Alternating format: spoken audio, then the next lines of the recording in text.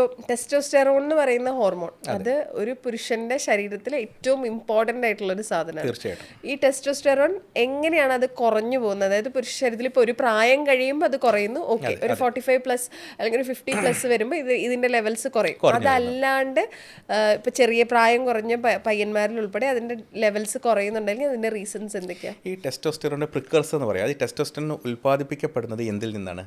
അത് കൊളസ്ട്രോളിൽ നിന്നാണ്. നമ്മൾ കൊളസ്ട്രോൾ നമ്മൾ പറയുന്നത് സർവ്വസാധാരണ നമ്മൾ കൊളസ്ട്രോൾ ചെക്ക് ചെയ്യാൻ പോയി, രാവിലെ കൊളസ്ട്രോൾ ചെക്ക് ചെയ്യാൻ പോയി.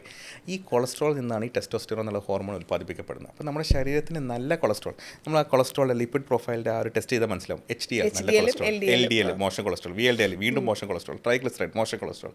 ഈ നല്ല കൊളസ്ട്രോൾ നമ്മുടെ ശരീരത്തിൽ ഉണ്ടായാൽ മാത്രമാണ് നല്ല ടെസ്റ്റോസ്റ്റെറോണിൻ്റെ ലെവൽസ് നമുക്ക് ശരീരത്തിൽ ഉണ്ടാകാൻ പറ്റുള്ളൂ. അപ്പോൾ ഹെൽത്തി ഫാറ്റ്സ് കഴിക്കുക എന്നുള്ളത് വളരെയധികം അനിവാര്യമാണ്. അപ്പോൾ ഹെൽത്തി ഫാറ്റ്സ് എന്ന് പറയുമ്പോൾ നമുക്ക് നട്ട്സിലുണ്ട്, അവക്കാഡോയിലുണ്ട്, പിന്നെ ഒരു പരിധി വരെയൊക്കെ നമ്മുടെ ഡയറി പ്രോഡക്ട്സിലകത്തുണ്ട്. പിന്നെ omega-3 ഫാറ്റി ആസിഡ്സ്, നമുക്ക് ഹെൽത്തി ആയിട്ടുള്ള ഫാറ്റ്സ് നമുക്ക് ഫിഷിൽ നിന്ന് കിട്ടാൻ പറ്റും. ഇതെല്ലാം നല്ല ഹെൽത്തി സോഴ്സസ് ഓഫ് കൊളസ്ട്രോൾ ആണ്. ഗുഡ് കൊളസ്ട്രോൾ, നല്ല കൊളസ്ട്രോളിൻ്റെ നല്ല സോഴ്സുകളാണ് ഇതെല്ലാം.